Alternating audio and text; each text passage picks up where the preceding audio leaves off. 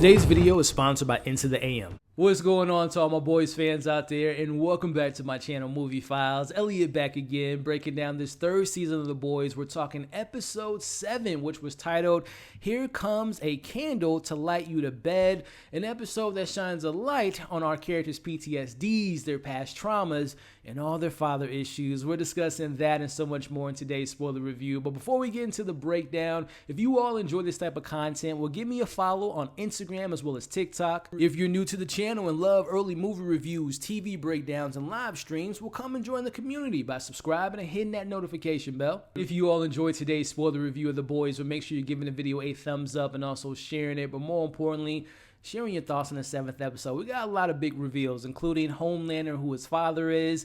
Do we anticipate to see a team up with MM, Frenchie, Starlight, Kimiko, and Black Noir to take down Soldier Boy? And do we believe that Butcher will allow Hughie to die? Let's talk about it in the comments. We got the finale next week, so share your thoughts and theories of what you all hope to see in the finale in the comments below. Now, shout out to Amazon. They did give me the screener early, so I've seen the episode twice now, and it's on that second rewatch that I really value and appreciated. The story, the character development, the arcs, the theme that we get in this episode, I really enjoyed it. Now, I know a lot of people, because on my first view, I'm like, man, coming off a Hero-gasm, that big fight that we had, and now this is kind of slowing down a little bit, but this is the calm before the storm, because I think next week's going to have a very incredible, awesome kind of finale as well as a good payoff. So I really enjoyed this episode. Let me know your thoughts in the comments. I'm going to give you pros, cons, thoughts, and theories. Full spoilers ahead as we open the episode with VNN special report, A Nation Betrayed. We see CEO Ashley in full court press denial about Starlight and her allegations, throwing her name under the bus, making her look bad, connecting her to Kimiko. Again, the theme of building up these heroes only to tear them down if it works in your advantage, in the way that Starlight uses her fame a little bit later on Homelander. That was a pretty good move. We're going to talk about that later, but let's check in on what's going on with Hughie and Soldier Boy as they're currently hiding out in Legends Place. And this is a big moment here because all that stuff, the myths and legends about Soldier Boy being a hero, saving lives every day, well, it was all made up. And I love this line by Legend as he tells Hughie, to be an American means knowing you're a hero. I love that line. I love how this show, number one, but this season in particular, really shows that. When media wants to create a hero, they do so. But if something doesn't work out to their advantage, they'll tear their down really quickly. And again, building up this lie, this narrative, and all the myth about Soldier Boy, he's even feeding that because he thinks he's a hero. But before we get into more about Soldier Boy, let's see what he's doing right now as he carries over some of that hero-gasm in this episode as we see him attempting to hooking up with the Golden Girls of the cleaning crew. Look, and not every day you see elderly people in these type of scenes unless you've seen A24's X. Yeah, that was what he say. They're like fine wine. And listen, Jensen has been great in this role. I really, fingers crossed, I hope they don't kill him by the end of the season. I want him to be in the next season because he's just absolutely fantastic. So let's talk about the mission at hand in this episode, which is to find Mindstorm, who's incredibly hard to find. Butcher's not having any luck with finding him, but it's Hughie who comes up with the idea of how to find him. And remember, don't give him eye contact. We'll talk about that a little bit later. But let's talk about Butcher. And let's talk about Hughie and the hypocrisy going on. As they're getting ready for the mission, they found the location of Mindstorm. And they're looking at Soldier Boy. And this is where we see Billy telling Hughie about him. Like, hey, Mike, he has PTSD. That's why he's exploding, right? Because he's having those flashbacks. And they're talking about he has to smoke the weed to calm his nerves as they're shooting themselves up with V24, which we'll talk about. When you take enough of it, I think it was 5 doses, you end up dying. And we're going to talk about how many times they've taken V24, but the hypocrisy going on with them is hilarious. But we're going to check in with them a little bit later. Let's kind of pivot and talk about the subplots that we got in this episode. Starting off with what's going on with Maeve. Number one, she's alive. Number two, she is loving the bruise left on Homelander's face, as well as the ego that he has left of him after being beaten last week. She won't give up the location of the boys, but more importantly, she's kind of in the Kimiko mindset where she doesn't want to be just known as a soup. She wants to kind of put that away. She's like, hey, if Soldier Boy is able to take out people's powers, I'm here for it, which is very kind of interesting for Maeve. And we'll talk about her here in a second as far as her narrative in this season. But the big moment here in Homelander, who, again, just the best villain on TV, he tells Maeve his plan, which is he wants to harvest her eggs just in case she dies, and the best that she is able to carry over is a son and a powerful being to be Homelander's son potentially. What a dark moment if this comes to be true. Very interesting, but I want to talk about Maeve for a second, because I told you all in previous reviews, I'm a fan of her because I'm a DC fan. I love Wonder Woman. She's kind of the Wonder Woman of the show. She's been put on the back seat in this episode, or I should say in this season, which makes me believe I think Maeve's going to die next week. Now, I thought she was going to die in Herogasm, but I'm pretty confident that she's going to try very similar to the comics. I don't want to give too much away, but it happened in Herogasm, and they obviously have remixed the show versus the comics. But I think Maeve's going to similarly do to what she did in the comics, trying to save Starlight from Homelander killing her, and in return, she's going to end up getting killed and maybe her head being snatched off, and his whole plan of harvesting her eggs might not come out. But I really have felt disappointed with Maeve this season, because she's really been, like I said, put on the back burner. Let me know how you all have, because right now she's really just a plot device, giving the boys the V24, and now maybe being, harvesting her eggs for, offspring from Homelander. So I feel a little disappointed, because Maeve was one of my favorite characters in season 1 and 2, and, all the information she had on Homelander. So let me know what you all hope to get with that character, and do you think she'll die in next week's finale? Let's talk about it in the comments. But let's move on over to, which I am going to be honest, these two characters here to me feel like filler, and I don't know if the show has a lot of confidence in where they're taking them so far. Let's talk about the Deep first, as he wants to branch out of his marriage and introduce some hookups, especially after coming off a Herogasm. He tells his wife that, he wants to use the octopus that he found, and she's like, I don't want to F a fish. I don't want this to be a Shape of Water situation here, right? And it's in this moment that they get into a fight, into an argument, and she says, I can't wait to see how you do and how you make kind of, your decisions and all that stuff in front of the public if you don't have me. And again, this is where I say it's kind of a filler in this episode and kind of a filler in this season with their subplot. What are we doing with the Deep at this point? He's kind of the Deep and A-Train are just used for, number one, the Deep for me is just used for comic relief. Like, he really doesn't have that much depth in his character. And then switching over to what's going on with A-Train this episode, number one, he's back, baby. He's alive and well, as the cover-up has been set in place by Ashley as she gives him the story that Soldier Boy was the one that killed Blue Hawk to save him. But also, they had to put Blue Hawk, I don't know why they had to choose him. There was other victims that was left dead at the Herogasm, but they put his heart into Soldier, or to say the A-Train. So now A-Train's rebooted. He's going to be running again. And also, I don't want to forget that he has a new gritty biopic coming out by the name of Training A-Train, co-starring Tom Hanks and showing all his, him growing up. But again, going back to my discussion here, I enjoy those actors, but A-Train, to me, they really don't know. Okay, he's been really terrible from the first time we met him with Robin, and obviously all the stuff he's been doing these past few seasons, but where are we going with him? What are we doing with him? And also the Deep, is it just for comic relief? He's having sex with fish. It's funny, right? It is funny, but like, where's the depth in those characters? I'm very intrigued to see if they get a payoff this season, or if they're really setting them up for maybe future seasons. Let me know how you all feel about them. But those are kind of the plots, the subplots that we have here. We're going to jump more into the meat and potatoes of this episode. But before we do so, let's hear a word from our sponsors, Into the AM. Today's video is sponsored by Into the AM. Into the AM is a clothing company with a variety of amazing products such as t-shirts, hoodies, jackets, shorts and underwear, headwear, and much more. Their t-shirts have unique designs, they're incredibly soft and extremely comfortable, and they're made to last. But the best part is, you can get 10% off by using my discount code MovieFiles when you're selecting your new gear, which you can find that code in the description below.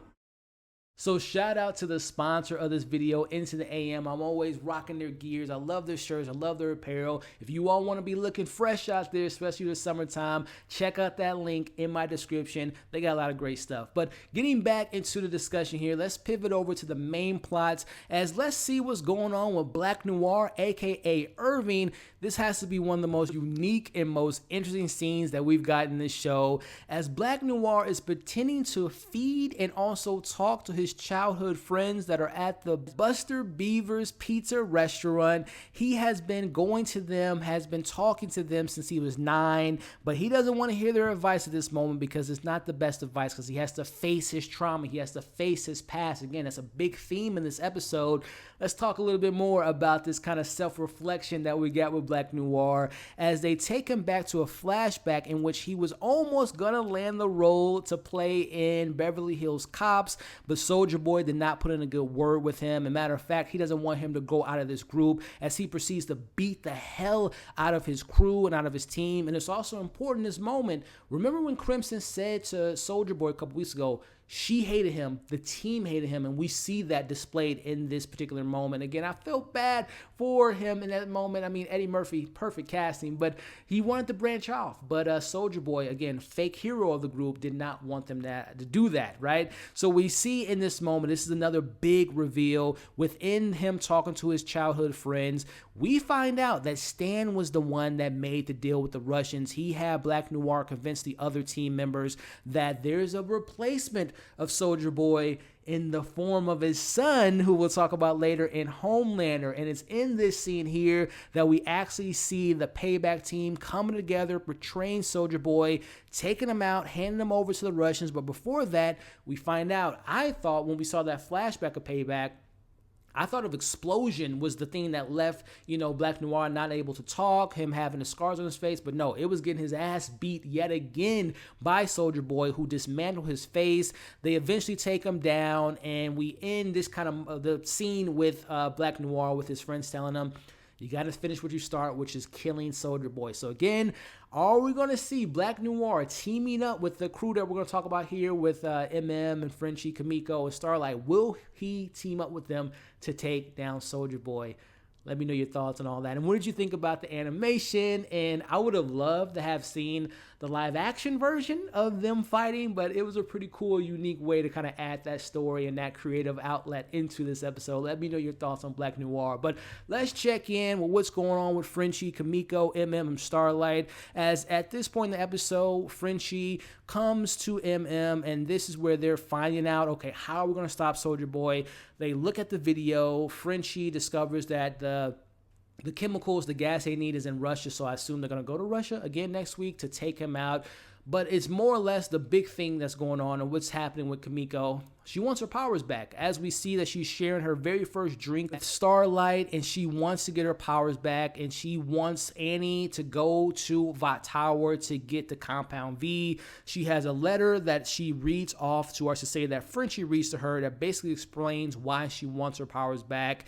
And the sum of it, and it was a cute, emotional moment, she pretty much says, I want my powers back because I have a family now. And I want to, well, she's always had a family, but she really feels connected to Frenchie. She loves him. They love each other. Again, sweet, cute moment. She wants to protect her family. She can't do so without her powers. Listen, I thought it was kind of too quick of a transition because it was literally less than 2 weeks ago that she did not want the V. She wanted to just live this life. But now, and I get it, but I don't know if it's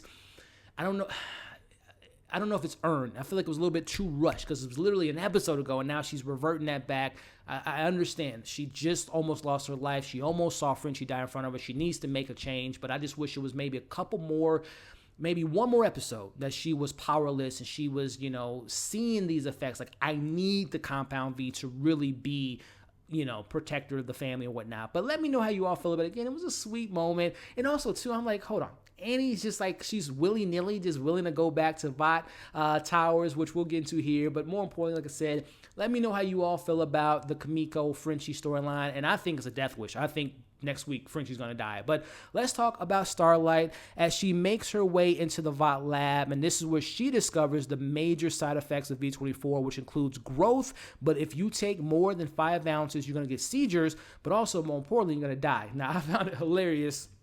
These high-tech scientists, they don't have computers. They don't keep this confidential. It's just left out in the open for people to read. But big moment here. Now, I think, correct me if I'm wrong, have they taken the V24 5 times? Because I'm going back in my mind. I think about the first time that Hughie took it was when they went to Russia.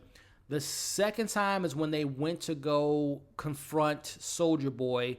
The third time is when they were going to fight Homelander, and then we saw them take it in this episode. So has it been 4 times that they've taken it, and then there's one more dose they have left? Let me know if, and I think the same goes with Butcher, I think he might have taken it one more extra time. Yeah, he took it one more time than Hughie because he took it before they went to Russia, if I'm not mistaken.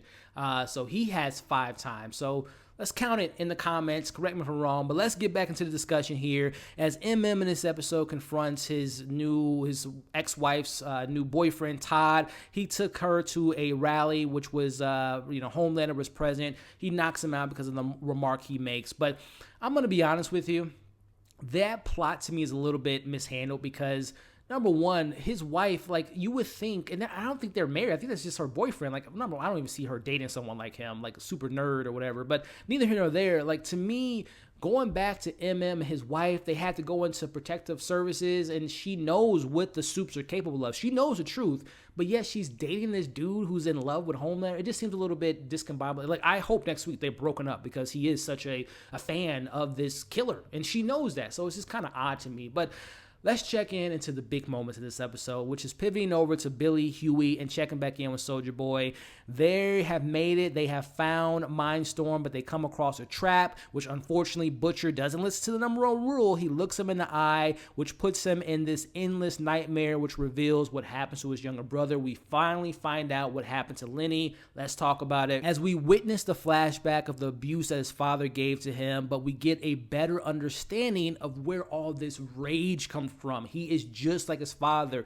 The beatings, the beatdowns that we've seen Butcher display in this show he's got that information. He's gotten that rage from his dad. Again, daddy issues, the big kind of, I'm surprised they didn't call it that of the title. But getting more into this flashback, we see that his dad rewarded him for punching his principal in the face. We also ultimately see what happened to Lenny. Now, it's in this moment that Billy decides to run away. He doesn't want to protect his brother anymore, and we see that this ultimately led to his brother taking his life. And again, connecting the pieces to the puzzle. This is the path that he led down his own blood. Lenny, he didn't stand up for him. He left his younger brother when he was at a vulnerable point of his life with his father. Will the same thing happen to Hughie? We'll talk about that later. But getting back into the discussion here, as Hughie, he's given a tough decision of leaving Billy there, and because they have to go find Mindstorm, which they ultimately do. We see before they do that, though, Soldier Boy comes across these brainwashed priests and nun, which he has to kill. Again, that moment was very over the top, and it was very hilarious as far as Hughie's reaction. But they finally come across finding Mindstorm. We see Hughie grabs him for he can save Butcher, which he manages to bring him back. He convinces him to bring Butcher back because, as we saw Kimiko say to Frenchie in the episode, "You're my family." Well, surprisingly enough, Hughie looks at Butcher as his family, which the Hughie stuff, put a button in that. Let's get back into what actually happens here. As Billy wakes up, Soldier Boys arrive, but before he kills, which that moment when he smashed his face in was very brutal, very visceral, he tells him a secret, which we'll talk about that secret a little bit later in regards to the father. You are the child, very Maury moment. But I want to go back to Hughie. I don't know if I buy Hughie's arc right now because I'm just going back to season 1. His whole redemption, his whole vengeance was what happened to Robin. That Robin plot has slowly been forgotten about. They brought it back up this season when he confronted A-Train about not apologizing for Robin. I know you find love, but I felt like he kind of got over that pretty easy because that was the main catalyst of what he was trying to do in season 1. To go to that, to hating Butcher in season 2, right, and going to work with Victoria, to now finding out of Victoria, and now getting back into friendship and being family with Butcher. It just seems, again, and this has been over 3 seasons, obviously, but I just feel like it's just too convenient to me, right? As far as this development of this family that Butcher, as Hughie sees him as a family member. Let me know how you all feel about all that stuff. But talk about wolf in sheep's clothing. Homelander is addressing the crowd about Starlight, and we see Homelander is in his own head as he thinks that he saw Soldier Boy in the crowd. Funny moment of the episode as he's drinking from the cow, and one of the funniest moments is just skip breakfast this morning as Victoria kind of checks in on him. Antony Starr, his comedic time is absolutely perfect. But let's talk about this moment here as we see that she is telling him, you need to get your shit together. You are Homelander. You need to get your things together. He chokes her and she's like, let's make a deal. Just a transactional relationship. She gives him a piece of paper, which we'll talk about that paper in a second. But she says, I want you to do me a favor. Now, number one, what I think is on the piece of paper, which we see the address later, I think that's Ryan's location. I think she found where Ryan is. He's going to get his son. It's going to be a big family reunion. That's what I think that paper was. But what is Victoria's, Nadia's end game? What does she want? I think she wants Homelander to kill the soon-to-be president in the future. Now, if you all know the comics, Homelander does kill the president in the comics, and this was a breaking point. I think they're setting the stage for season 4 that Nadia Victoria is going to ultimately become the president, potentially. But I think that's the favor that she wants him to do in exchange for giving him Ryan's location. Let me know what you all think about that. But getting back into it all here, we see Homelander finds Starlight has come out and come to, obviously, he catches her in the hallway. Very smart move by Starlight. She is recording this conversation of him talking about what you're going to do, what you've done to the company. But more importantly, he reveals that he killed Supersonic. He said that on camera because she lets him know all my 100 and whatever followers she still has left. She caught him on Candy Cam. He's like, oh, Starlight, you don't record when we're reading lines, but she caught him in an act. Again, you see it now publicly. It's out there. So will that mean come next week the public will either think she's lying or will they see the monster for the villain for what Homelander is? Let me know your thoughts on that. But as we wrap up the episode here, we see Billy is crying because of the flashback he gets. He gets a call from Starlight in which she tells him what she discovered about the V killing them, and he promises he will not allow Hughie to die. Will he do that? Will he become the villain? Well, I think he does here because as we see him telling Hughie, we got to finish a job. And I think when you see him, Billy, he might be the real villain of his own story. He's not the hero of his own story. He's the villain. Will he ultimately see Hughie die? Let me know your thoughts on that. But wrapping up the final moments, Starlight is on a mission to save Hughie as she gives Kimiko the Compound V, which Frenchie injects her with that, and she now has her powers back, which is always good because I love when she's in rage out mode. I wonder if the other boys will take some of that V24 to take down Soldier Boy as we end the episode with Homelander on the phone with Ashley about what he did earlier. We see that address. Again, I believe that address is Ryan's location. Homelander, there's someone on the phone by the name of Soldier Boy. They have the discussion. Soldier Boy calls him, says, the funny thing is, he tells him a story about 86. He jerked off in a thing. They created a son. And that son is you, Homelander. And if, what father wouldn't want to put his son on a pedestal? I would have just gave you the keys to the car as we end the episode. And also, too, I don't know if you all know, there's a post-credit scene at the end of this episode, which is pretty much the animated crew bowing and applauding their efforts there. But, woo, Soldier Boy is Homelander's dad. Wow, that is pretty explosive, much different from the comics, because in the comics, I believe Homelander's dad was like this knockoff villain who really wasn't that important, but that really changes the narrative of what is to come. This obviously, Soldier Boy wanted to kill his one and only son. If you all remember last week, he was talking to Hughie and like, you know what, there was one point in my life, I want to have a kid, I want to raise my son, so he wanted to have a family, and now he has the family. His son became who Homelander wants his son to be Ryan, which I think we're going to see next week. My theory is he's going to find Ryan. He's going to see his granddad. He's going to meet his father's son. I think they're going to team up. But at the same time, we obviously know they got people looking after them. We got people that want to kill them. So will we see next week the power family of Ryan, Homelander, and Soldier Boy protecting their family? That would be pretty dynamic if we get that next week. So, woo! I really enjoyed this episode. Again, I know some people might not like it because it didn't have any action. Besides him bashing Mindstorm's face in, that's pretty much the only action we have. And I'm okay with that because I think next week they're going to fill the episode with action as well as character development and story. But I'm excited. Are you excited? That's the big question at hand. Let me know your thoughts, theories, and predictions. Like I said up top, follow me on Instagram and TikTok. I make like little theory videos and stuff like that. So if you all like my coverage on The Boys, Stranger Things, Marvel, DC, check me out on those social media accounts. As well as, again, shout out to the sponsors, Into the AM. Link in the description for that discount code. Thank you all for sticking on to this point in the review. Again, make sure to like, share, comment, subscribe, and hit that notification bell. Come and join the family. Check out my previous Boys reviews. Check out my most recent review. And we'll catch you all on the next breakdown.